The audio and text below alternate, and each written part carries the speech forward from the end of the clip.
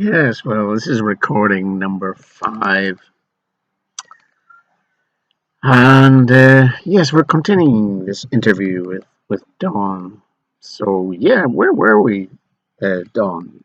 Well, yes, I was talking about Campbell College, that wonderful high school which I attended way back in Belfast.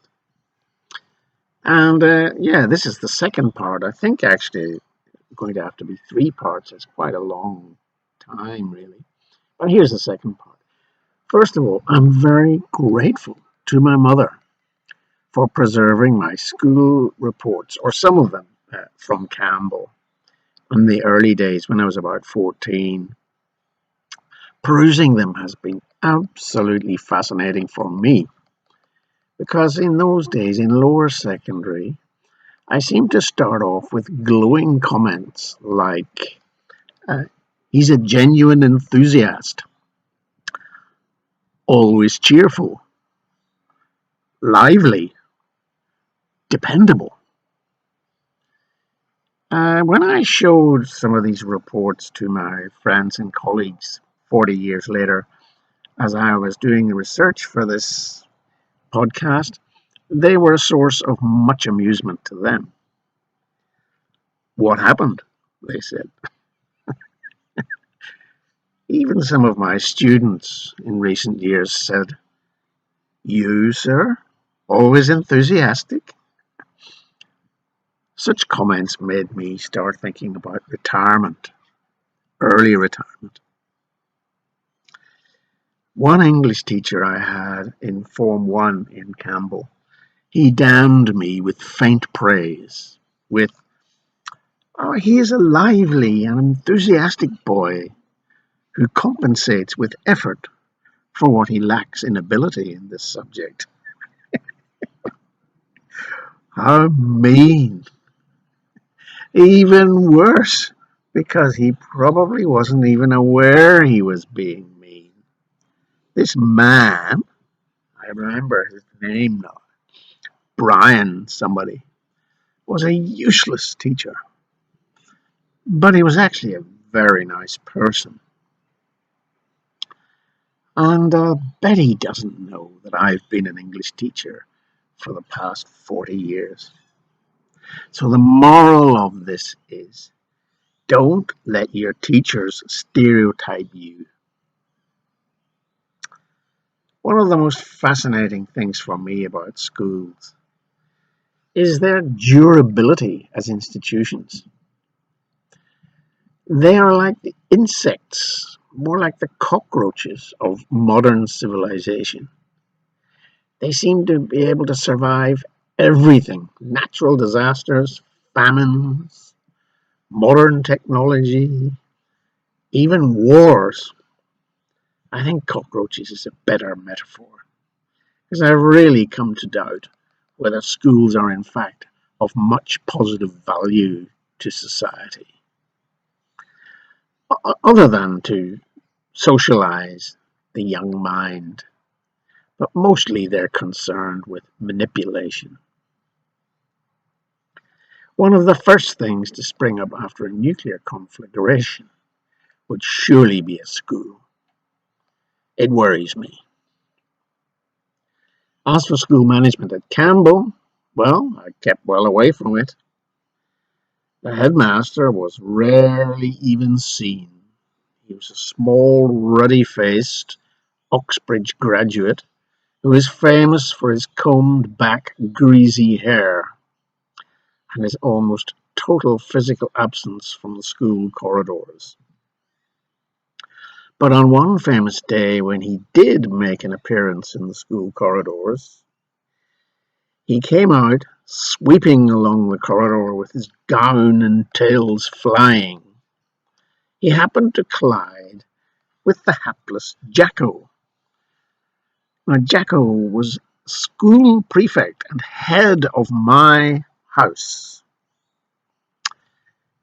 Jacko had wielded considerable power, but he was very mild-mannered and even-tempered, and this made him popular with the boys.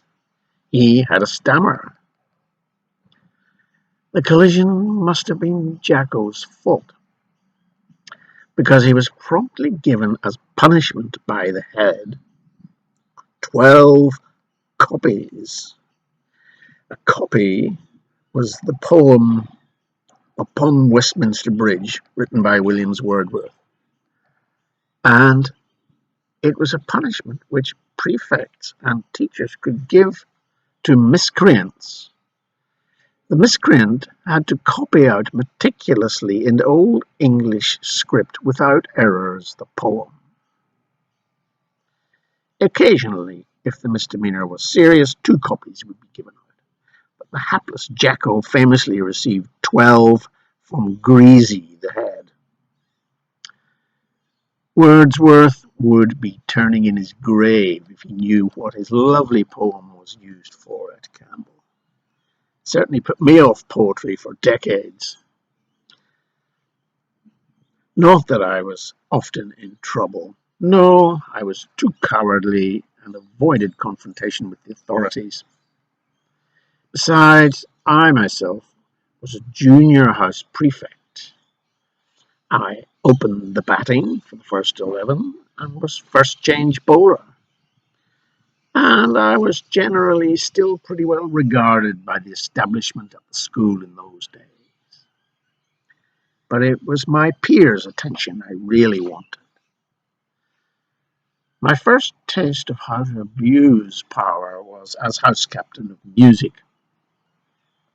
In my defense, I was appointed to this position without being consulted and did not want it at all.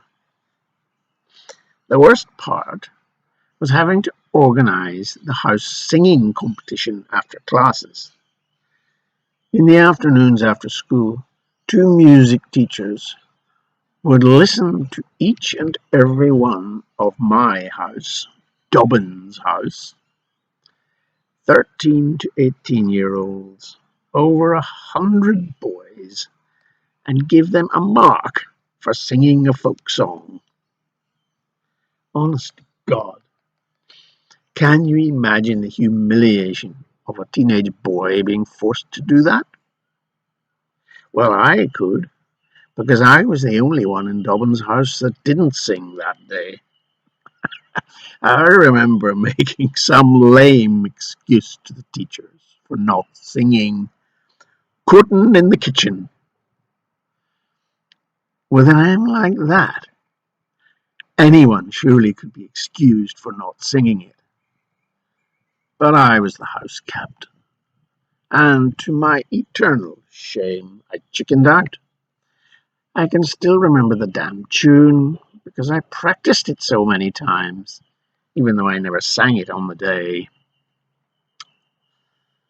I learned to lead from behind at Campbell. I've tried very hard not to do it subsequently since I've been in positions of responsibility. On the positive side, Bob, the history teacher, was a real human being in the place.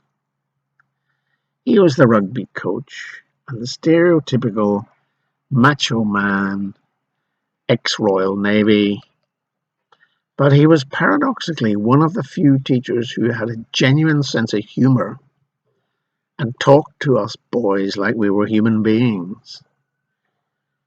He took me seriously, and that's all I ever really wanted as a teenager. But this was too much to expect from most of the other teachers. They were so wrapped up in themselves in one way or another. They didn't give a damn about individual students. Certainly not about me, anyway. At Campbell, I was obsessed by a teacher who was slightly different, though, from Bob. This was a sincere and quiet man who was kind to all of us lower sixth wastrels. Trevor was the only one apart from Bob who spoke to us as if we were human beings. Yes, there were 2 human teachers now that I come to think of it. In fact, there might just have been three. I'll mention a third one later. But because I admired him, I became interested in his subject, geography. So this is a lot to do about how we get motivated by things. We get inspired by people. That's how we get. That's how we learn. We get inspired by people. Trevor used to take us in his car to visit the remote parts of the countryside of Northern Ireland and of the housing estates in Belfast. As a teacher myself, I really admire him now for giving up his afternoons to drive around some of the grimmer housing areas of Belfast in silence, because he was a quiet man, with myself and two other geography nerds. Trevor was an example of leadership by example. I even became convinced that his subject, geography, was interesting simply because he thought it was, and I admired him. It was only when I got to Trinity College later that I realized that geography was actually a crushingly boring subject and that I wasn't interested in it at all. I also remember how Trevor behaved one day when he had to look after some Form 4 students, the younger ones, who were sent into our sixth form class, presumably because the teacher was absent. The contrast with us sixth formers in Trevor's behaviour was remarkable.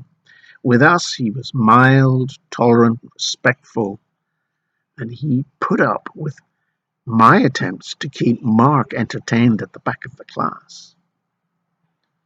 But with the Form 4s, Trevor's was draconian. He bellowed and roared at them, carrying them into submission within seconds. I was fascinated by this Jekyll and Hyde-like behaviour and noted it down for future reference.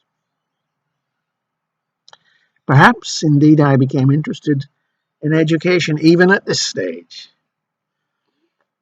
But it seems unfair to blame Trevor for it all. He was such a sincere man, and I wouldn't like to burden him with the guilt.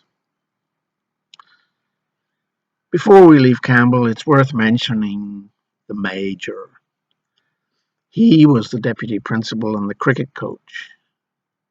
In some ways, he was remote from the boys, but he was notable for his calmness and his fair-mindedness. Major was actually accompanied us into a pub on the cricket tour to England. This was 1969, and even today, it would surely not be politically correct to do such a thing. He didn't like it, but he did it. He bent the rules, his own rules. In retrospect, I really admire him for having the courage to do it, given his position in the school.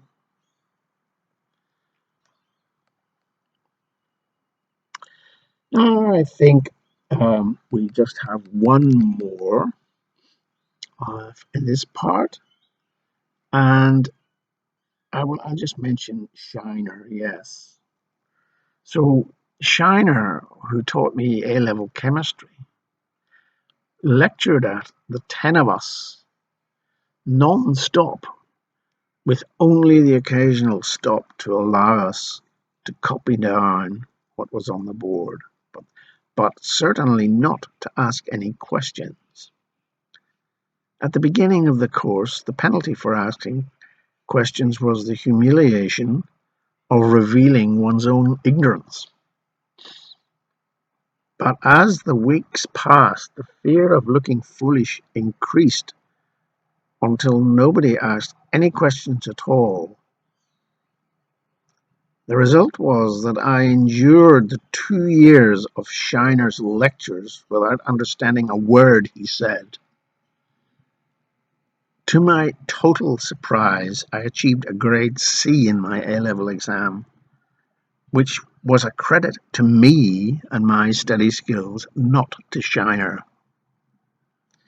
I remember putting up these awful equations for organic chemistry molecules in my bedroom to try and get me to understand the chemistry. But understand, I really failed to do. How I got a grade C, I do not know.